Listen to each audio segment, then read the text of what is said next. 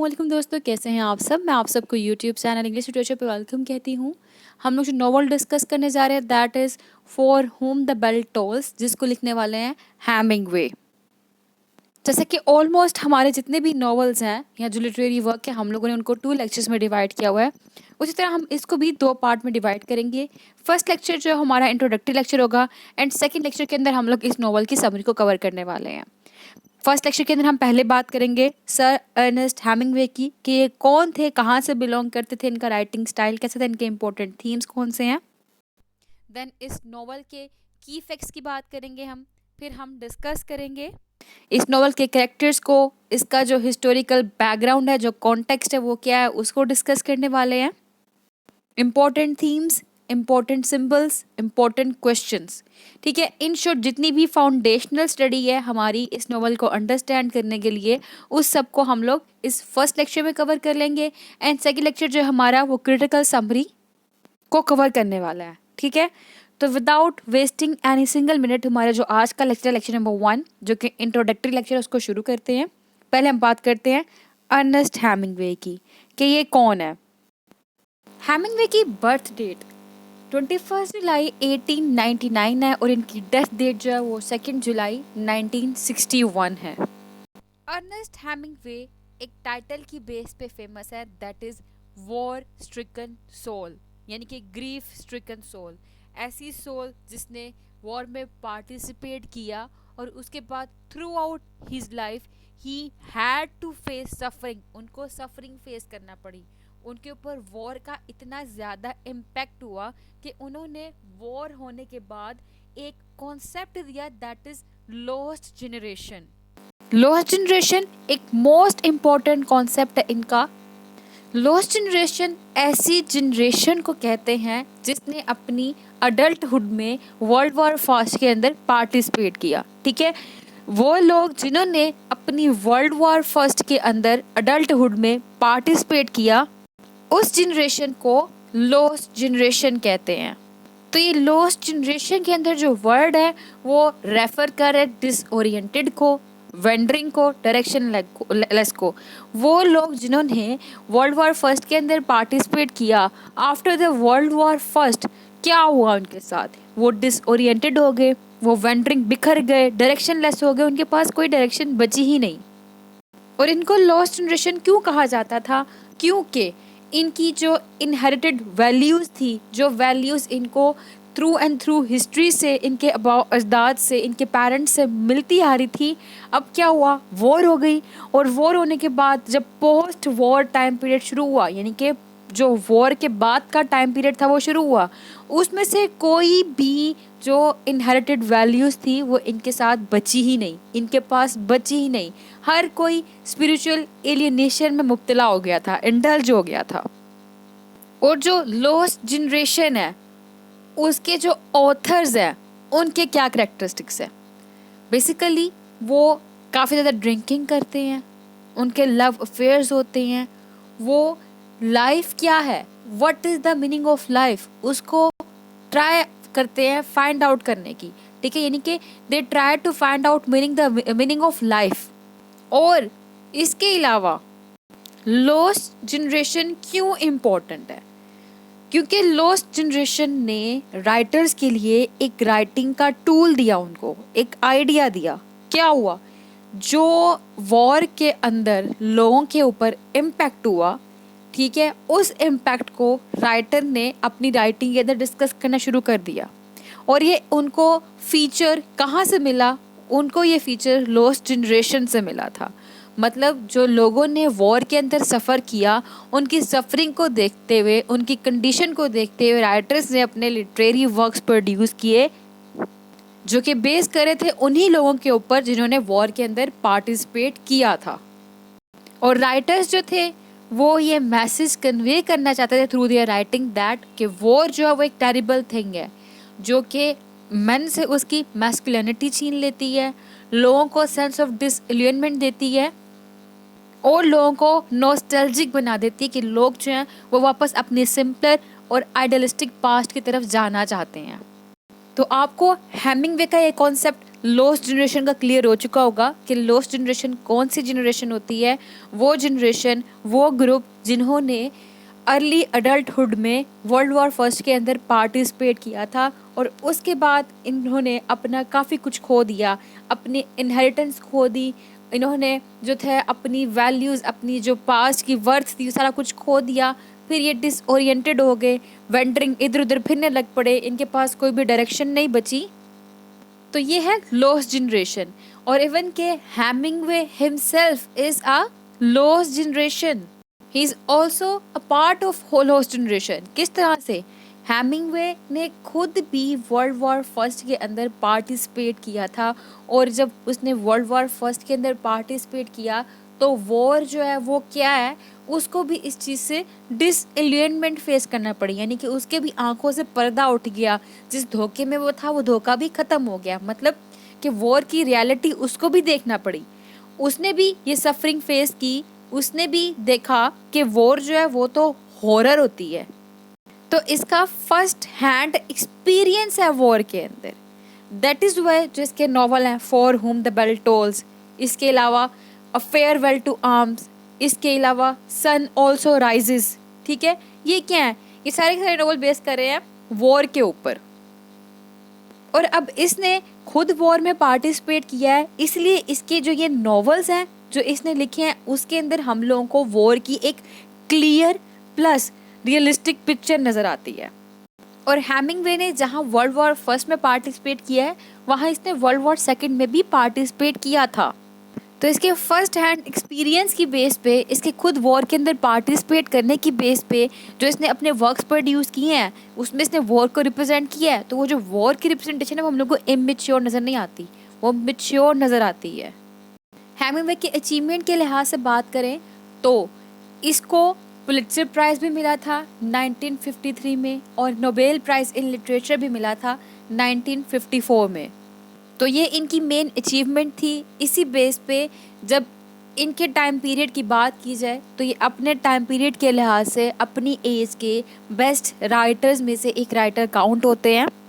Hemingway के important works की बात की जाए तो वैसे तो नंबर्स ऑफ वर्क्स हैं उन्होंने जो प्रोड्यूस किए हैं, लेकिन उनसे सबसे ज़्यादा इम्पोर्टेंट फेयरवेल टू आर्म्स है जिसको हम लोग डिस्कस कर चुके हुए हैं, and then sun also rises जो हम डिस्कस करेंगे, एंड इसके अलावा for whom the bell tolls जो हम डिस्कस कर रहे हैं, ओल्ड मैन एंड द सी। ये इनके 4 मोस्ट इम्पॉर्टेंट वर्क्स हैं। इसके अलावा भी हेमिंगवे ने कई शॉर्ट स्टोरीज लिखी हैं और भी बहुत से नॉवेल्स प्रोड्यूस किए हैं जो कि सब के सब अपनी एक रिमार्केबल सिग्निफिकेंस रखते हैं। इनकी स्टोरीज़ की बात की जाए तो वो लाइफ लाइक लगती हैं, मतलब इमेजिनेशन उसके अंदर इन्वॉल्व नहीं लगती। लगता है कि इन्होंने जो रियलिस्टिक वे ऑफ राइटिंग है उसको अडॉप्ट किया है, रियलिटी को डिपिक्ट किया है अपनी राइटिंग के अंदर। तो इनकी जो स्टोरीज हैं they all our life like.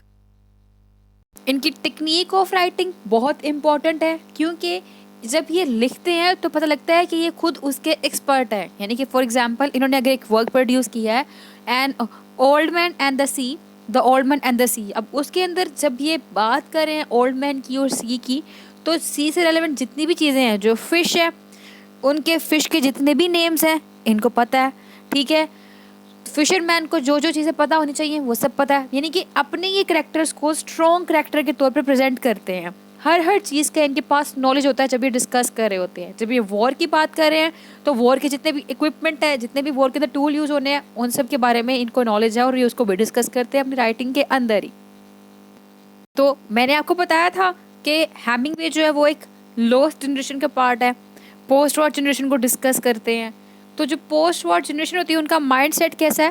Pessimistic है, जो कि बहुत ज़्यादा ट्रबल्ड माइंड होता है डिसइल्यूजन की बेस के ऊपर। तो हम जो इनके वर्क है जो बेस कर रहे हैं वॉर स्टोरीज़ के ऊपर, हम देखेंगे उसके अंदर हमें डैमेज देखने को मिलेगा। फिजिकल डैमेज होगा, साइकोलॉजिकल डैमेज होगा, लोग जो है मेंटली डिस्टर्ब दिखाई देंगे, फिजिकली डिस्टर्ब दिखाई देंगे, फिजिकली कुछ ना कुछ उनका कोई ना कोई पार्ट जो है वो टूट जाएगा, ब्रोकन हो जाएगा, जल जाएगा, ख़त्म हो जाएगा। एनी हाउ करेक्टर्स भी हो गया, स्टाइल की भी हमने साथ साथ थोड़े से पॉइंट्स को डिस्कस किया है। स्टाइल को थोड़ा सा और एलैबोरेट कर दूँ, इनका स्टाइल जो है वो स्टोइक स्टाइल है, मतलब बेहिस्सा स्टाइल है। इमोशंस हमें नज़र नहीं आएंगे उसके अंदर, मैच्योर स्टाइल होगा। ठीक है, शॉर्ट सेंटेंसेस यूज़ करते हैं अपनी राइटिंग के अंदर, सिंबलिज्म का काफ़ी यूज़ करते हैं अपनी राइटिंग के अंदर। इनके हीरोज़ की बात की जाए, जो हेमिंगवे हीरो होता है वो बेसिकली लर्नर होता है, कुछ ना कुछ सीख रहा होता है, वो फाइटर होता है, वो स्ट्रगल कर रहा होता है अपनी लाइफ के अंदर, उसका कोई ना कोई बैड डे या हार्ड लक होता है। और इनके वर्क के अंदर दो तरह के हीरो होते हैं, एक होता है कोड हीरो, एक होता है हेमिंगवे हीरो।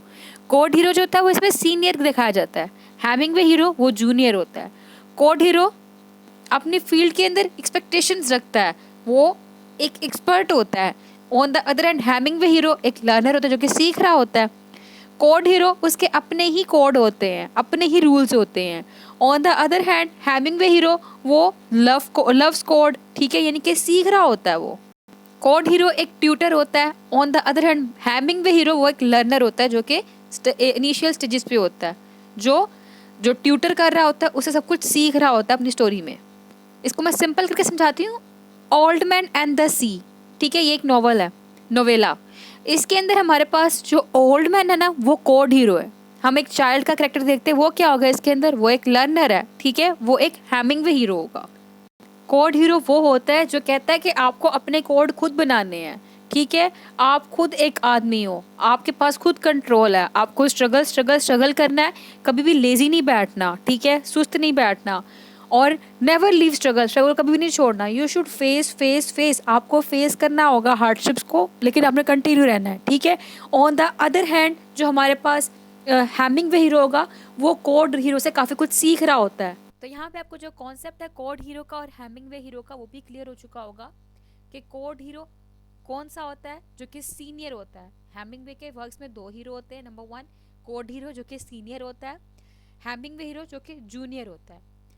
कोड हीरो जो कि एक्सपर्ट होता है अपनी फील्ड के अंदर, हेमिंगवे हीरो जो कि लर्नर होता है, सीख रहा होता है। कोड हीरो उसके अपने ही लाइफ के अंदर कोड होते हैं, हेमिंगवे हीरो जो कि सर्च कर रहा होता है कोड की कि कैसे लाइफ गुजारनी है, क्या प्रिंसिपल होने चाहिए। कोड हीरो जो है वो उसका जो लक है वो हार्ड होता है, and same is the case with Hemingway hero, दोनों का ही उसका भी हार्ड लक होता है। कोड हीरो इंडिपेंडेंट होता है, वो कभी भी स्ट्रगल नहीं छोड़ता, खुद के ऊपर डिपेंड करता है। जबकि जो हेमिंगवे हीरो होता है वो सोशल एडजस्टमेंट चाहता है। कोड हीरो फाइटर होता है, साइटर होता है। ऑन द अदर हैंड जो हेमिंगवे हीरो होता है वो भी फाइट करता है, वो भी स्ट्रगल करता है। कोड हीरो एक ट्यूटर होता है, जबकि हेमिंगवे हीरो एक लर्नर होता है, इनिशियल स्टेज पे होता है। तो आई होप इतने कॉन्सेप्ट्स हेमिंगवे के काफ़ी हैं। हमारे यहाँ पे हम लोगों ने इसका स्टाइल भी देख लिया राइटिंग का, इसका कोड हीरो और हेमिंगवे हीरो का कॉन्सेप्ट भी डिस्कस कर लिया है, इसकी बर्थ डेट डेथ डेट भी डिस्कस कर लिए हैं, इसके important works plus important themes जितने भी लॉस्ट जनरेशन के हैं, वर्ल्ड वॉर से रिलेटेड है, जितने भी पैसिमिस्टिक थीम है वो इनकी राइटिंग में हमें देखने को मिलते हैं। ठीक हो गया। अब हम डिस्कस करते हैं इस नॉवल के की फैक्ट्स को। टाइटल फुल है for whom the bell tolls. Author है इसके Ernest Hemingway. Type of work है नॉवल। यानरा इसका tragedy, historical novel, war novel, love story, ये सब हम लोगों को इसमें देखने को मिलेंगे। लैंग्वेज इसमें इंग्लिश यूज़ की गई, लेकिन इंग्लिश के साथ इसमें कुछ स्पेनिश लैंग्वेज के भी ऐड किए गए हैं, कुछ वर्ड्स प्लस कुछ फ्रेजेस, ठीक है। तो हम लोगों को इसके अंदर दो लैंग्वेज देखने को मिलेंगी, इंग्लिश प्लस स्पेनिश दोनों।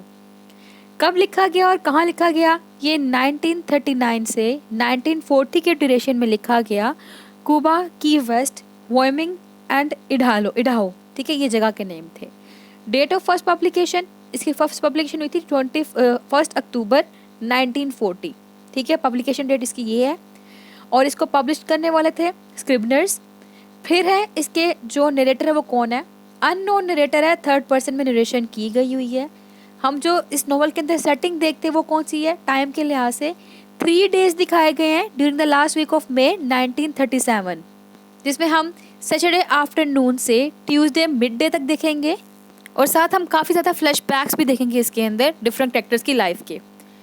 फिर सेटिंग प्लेस के लिहाज से इसमें स्पेन में ग्वाड्रामा माउंटेन, और फ्लैशबैक में हम डिफरेंट प्लेसेस देखेंगे जिसमें मोनाटाना जो है ये जगह आएगी, और थ्रू आउट स्पेन ये प्लेसेस हम देखेंगे इस नॉवल के अंदर। प्रोटैगोनिस्ट रॉबर्ट जॉर्डन है, जो कि इनके protagonist plus main character who is playing an important part through out the novel. तो की फैक्ट्स के बाद अब हम बात करते हैं इस नॉवल के टाइटल की सिग्निफिकेंस की, कि फॉर होम, किसके लिए द बेल टोल्स, घंटी बज रही है। क्रिश्चियनिटी के अंदर बेल टोल्स, घंटी का बजना, या फिर व्हेन समवन टोल्स इट, कोई भी इस घंटी को बजाता है ना, तो ये आहिस्ता आहिस्ता और बार बार बजती है, टन टन टन करके। तो ये चीज़ सिंबलाइज किसको करती है? बेल जो टोल्स है, घंटी का बजना किसको सिंबलाइज करता है? ये साइन होता है कि कोई है जिसकी डेथ हो चुकी हुई है। तो यहाँ पे जो टोल वर्ड है ना, वो सिंबलाइज कर रहा है डेथ्स को, एक्सीडेंट को, डिजास्टर्स को, परेशानियों को, जो वॉर के टाइम पे फेस करना पड़ी थी लोगों को। तो बेल टोल्स सिंबलाइज कर रहा है डेथ। फॉर होम, किसके लिए घंटियां बज रही हैं? वो लोग जो कि स्पेनिश सिविल वॉर में मौजूद थे, जिन्होंने स्पेनिश सिविल वॉर के अंदर पार्टिसिपेट किया था। बिल्कुल, ये नॉवल जो है ये स्पेनिश सिविल वॉर के कॉन्टेक्स्ट में लिखी गई थी। वो क्या थी उसको हम बाद में डिस्कस करते, पहले हम टाइटल को डिस्कस कर रहे हैं। तो उस सिविल वॉर के अंदर हमारा जो प्रोटैगोनिस्ट है रॉबर्ट जॉर्डन, उसने भी पार्टिसिपेट किया था। And at the end of the novel उसको ग्रेट लॉस फेस करना पड़ा। तो हम कह सकते हैं मे बी ये जो बेल टोल्स थी ये उसके लिए हो रही थी। और इसके अलावा नॉवल के अंदर बहुत से लोग हैं जिन्होंने डेथ फेस की, जो मर गए थे, और हो सकता है ये बेल उनके लिए हो रही थी। और ये जो for whom the bell tolls, ये जो बेल टोल्स है ना, ये एक फ्यूनरल बेल है जो कि हर एक के लिए बजी, हर एक की डेथ पे।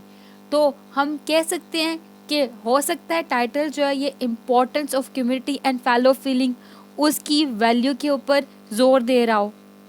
क्यों? क्योंकि इसके अंदर जिसकी भी डेथ हुई, उसकी डेथ के ऊपर उसके फ्यूनरल पे बेल बजी है। ठीक है, तो for whom the bell toll symbolize कर रहा है वॉर को, सिंबलाइज कर रहा है डेथ को, सिंबलाइज कर रहा है टेरर को, डिजास्टर को, हॉरर्स को, importance of community and fellow feeling को। और राइटर ने ये टाइटल कहाँ से लिया है? बेसिकली डन की एक बुक है मेडिटेशंस, उसमें एक लाइन है, ask not for whom the bell tolls, it tolls for thee मतलब तुम, यू, आप, तुम्हारे लिए। कि ये मत पूछो कि जो बेल टोल्स है किसके लिए हो रही है, ये बेल टोल्स जो है ये तुम्हारे लिए हो रही है, मतलब रीडर जो है वो उसके लिए भी हो रही है। तो राइटर ने डन के वर्क मेडिटेशन से ये लाइन ली, उस लाइन से उसने for whom the bell tolls अपना टाइटल बनाया। ठीक है, तो हम कह सकते हैं कि जब भी किसी की डेथ होती है तो उसकी डेथ पे हर पर्सन, मैं हूँ, आप है, कोई भी है, वो ये रियलाइज़ करता है कि वन डे, एक दिन हम लोगों को भी सेम फेट से गुजरना है, सेम किस्मत हमारी भी होनी है, सेम हम लोगों को भी डेथ एक दिन फेस करना पड़नी है।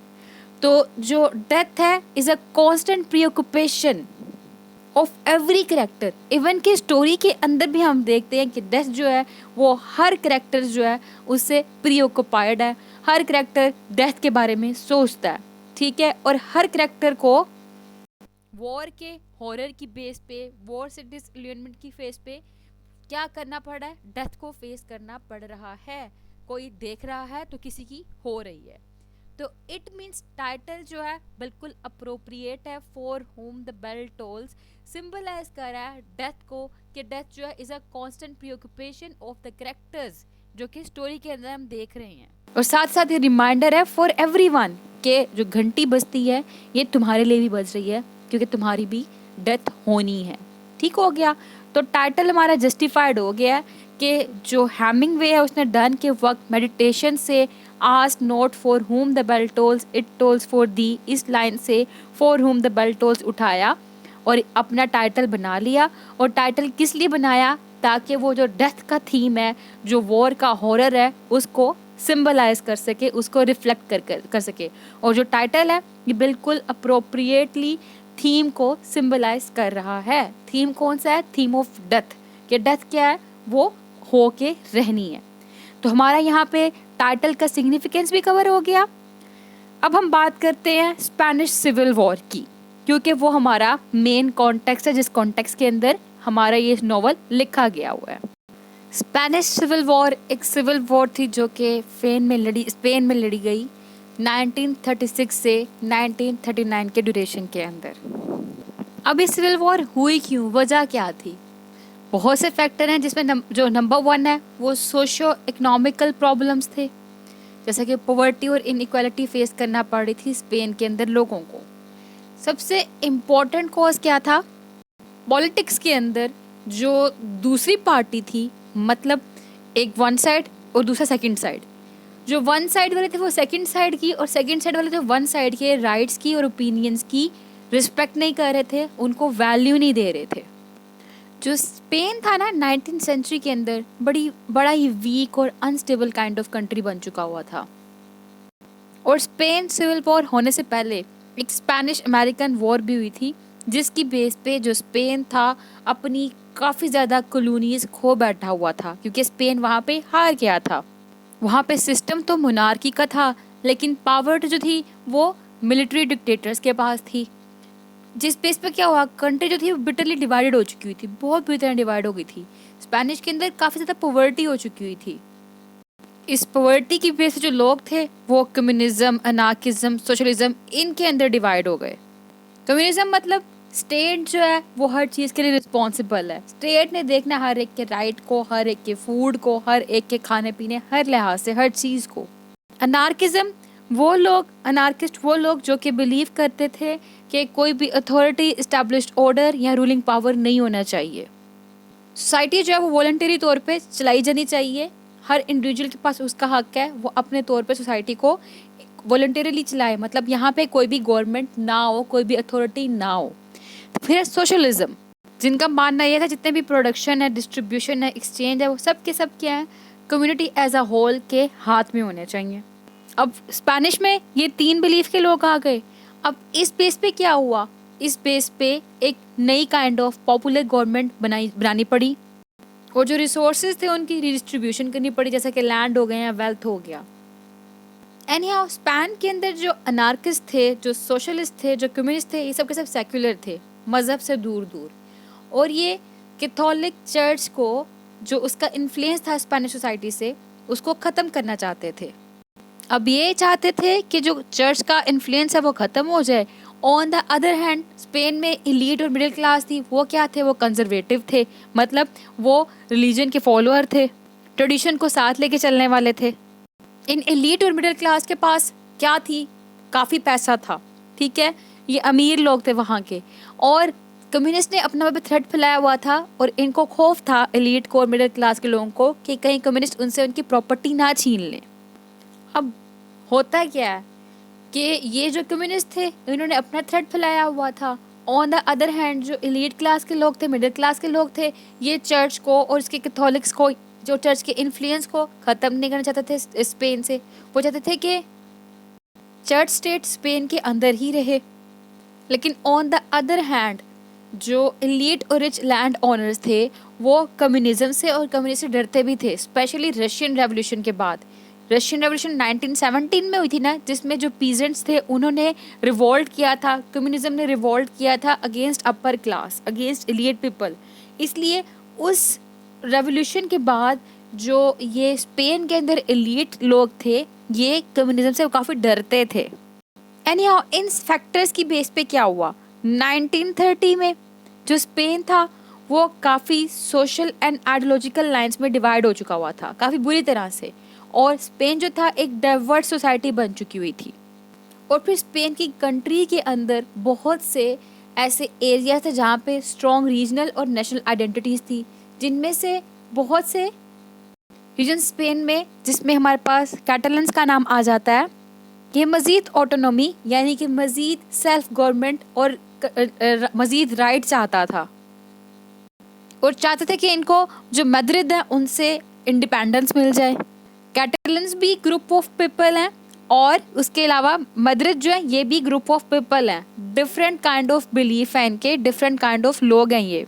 मैद्रिद जो है ये कैपिटल है स्पेन का, और यहाँ के रहने वाले लोग भी मैद्रिद ही कहलाते हैं। और कैटलोनिया भी एक प्लेस है, वहाँ के रहने वाले लोग कैटलन्स कहलाते हैं, ठीक है। तो ये जो कैटलन्स थे ये इंडिपेंडेंस चाहते थे मैद्रिद से। एनीहाउ काफ़ी टेंशन चल रही थी ये स्पेन के अंदर रीजन्स में और सेंट्रल गवर्नमेंट के दरमियान।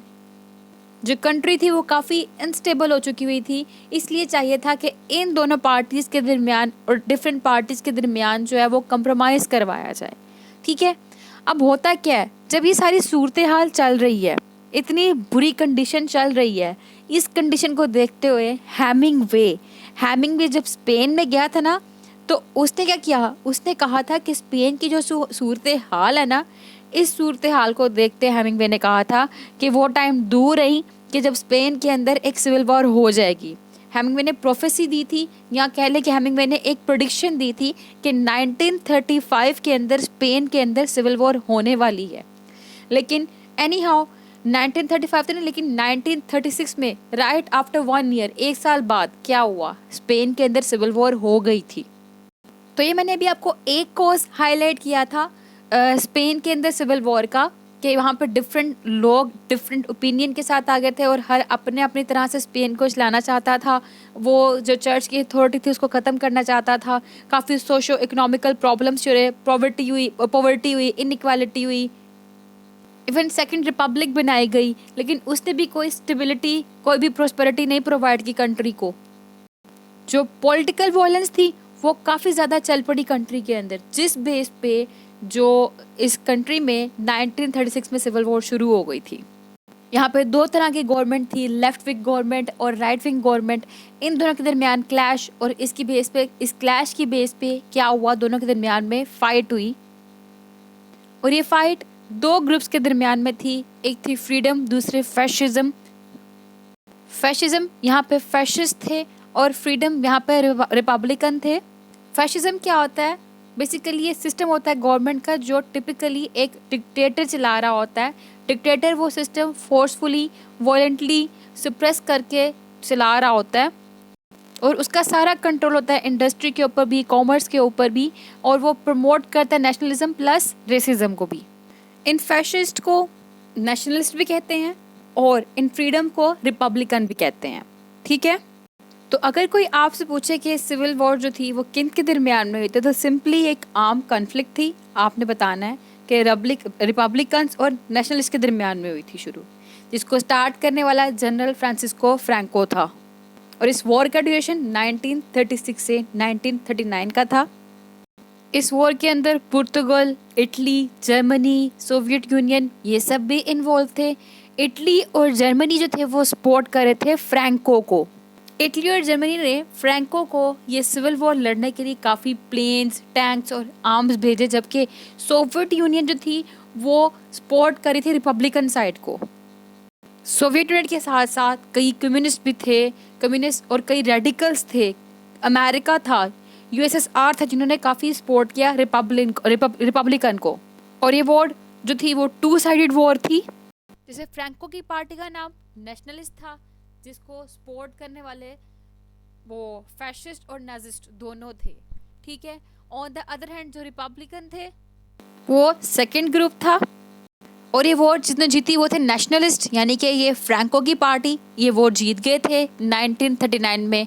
और उसके बाद इन्होंने 1975 तक रूल ओवर किया स्पेन के अंदर। 1975 में बेसिकली फ्रैंको की डेथ हुई थी, और फ्रैंको की डेथ तक उनकी रूलिंग जो थी वो चलती रही स्पेन में।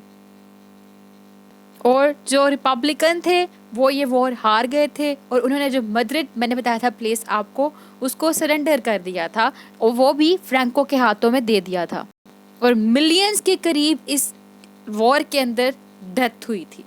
ठीक है, तो अब आपको जो सिविल वॉर का बैकग्राउंड है कि क्यों हुई और किन के दरमियान में लड़ी गई, रिपब्लिकन प्लस नेशनलिस्ट इनके दरमियान में लड़ी गई, वजह क्या बनी, ये सब कुछ क्लियर हो चुका होगा। और जीता कौन एंड पे, ऑफ कोर्स नेशनलिस्ट जीते थे, जिनको एड किया था इटली प्लस जर्मनी ने।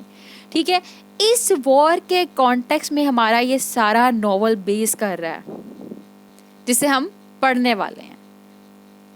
तो अब हम बात करते हैं इस नॉवल के थीम्स की।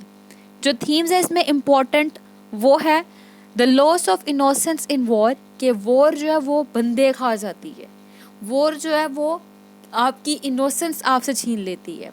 हम देखेंगे इसमें एक कैरेक्टर होगा जॉर्डन का, ठीक है, रॉबर्ट जॉर्डन, कैसे एंड पे उसको वॉर की बेस पे अपनी लाइफ से हाथ धोना पड़े। हम देखेंगे इसमें जो एक करेक्टर है मारिया का, उसको रेप किया ऑपोजिट लोगों ने, इवन कि वो अभी 90s में थी अपने। और हम देखेंगे किस तरह से वॉर ने इनोसेंस छीन ली हर ह्यूमन बीइंग की। डिसएलियनमेंट देखेंगे हम इसके अंदर। The value of human life हम देखेंगे कि ह्यूमन लाइफ की वैल्यू कितनी मैटर करती है। Romantic love as a salvation, violence, cordis and death, ये हम सब इम्पॉर्टेंट थीम्स इस नॉवल के अंदर देखने वाले हैं। जो इम्पॉर्टेंट क्वेश्चन होंगे हमारे इस नॉवल के वो है जॉर्डन का करेक्टर ऑफ मारिया, हेमिंग्सवे हीरो। हम इस क्वेश्चन को हेमिंग्सवे हीरो को डिस्कस कर चुके हुए हैं, हमने इसको अप्लाई करना नॉवल की स्टोरी के ऊपर। Jordan as a tragic hero, ठीक है। एंड देन लॉस्ट जनरेशन, हम लॉस्ट जनरेशन को भी डिस्कस कर चुके हैं, हमने इसको भी नॉवल पे अप्लाई करना है। एंड हेमिंग्वे का स्टाइल भी हम डिस्कस कर चुके हैं, अब हम लोगों ने इसकी एप्लीकेशन करनी है इस नॉवल के ऊपर। तो ये जो थे मैंने बताया आपको क्वेश्चंस, ये मोस्ट इंपॉर्टेंट क्वेश्चन है एंटायर नॉवल के। तो आई थिंक मुझे यहाँ पे लेक्चर एंड कर देना चाहिए। मैं इसके कैरेक्टर्स, सिंबल्स और समरी को नेक्स्ट लेक्चर में डिस्कस करूँगी, क्योंकि लेक्चर जो काफ़ी लेंथी हो चुका हुआ है और बाकी जितने भी एस्पेक्ट्स रह गए हैं उनको हम नेक्स्ट लेक्चर में इंशाल्लाह कवर कर लेंगे। तो फिर मिलते हैं अगले वीडियो में अगले लेक्चर के साथ, तब तक के लिए अल्लाह हाफिज़। एंड हाँ, जो मोस्ट इंपॉर्टेंट पॉइंट हमने आज के लेक्चर में क्या सीखा, क्या क्या पढ़ा है, हमने राइटर का इंट्रोडक्शन, उसका कोड हीरो, हेमिंग्वे हीरो, फिर उसका लॉस्ट जनरेशन का कॉन्सेप्ट हमने क्लियर किया इस लेक्चर के अंदर, उसके इंपॉर्टेंट वर्क्स। देन हमने बात की इस नॉवल के की फैक्ट्स के बाद हमने टाइटल की सिग्निफिकेंस को भी इस लेक्चर के अंदर कवर कर लिया। फिर हम लोगों ने जो सिविल वॉर थी, स्पेनिश सिविल वॉर, वो क्यों हुई, इसका क्या बैकग्राउंड था, उसको कवर किया इस लेक्चर के अंदर। देन हमने बात की इसमें कौन से इंपॉर्टेंट थीम्स हैं एंड कौन से इंपॉर्टेंट क्वेश्चंस हैं, ठीक है। इन सब एस्पेक्ट्स को माइंड में रखते हुए हमारा जो नेक्स्ट लेक्चर हम उसको डिस्कस करेंगे। तो आई होप कि आपको सारे पॉइंट्स अच्छे से क्लियर हो चुके होंगे। फिर मिलते हैं अगले वीडियो में अगले लेक्चर के साथ। Thank you so much for watching this video. अल्लाह हाफिज़।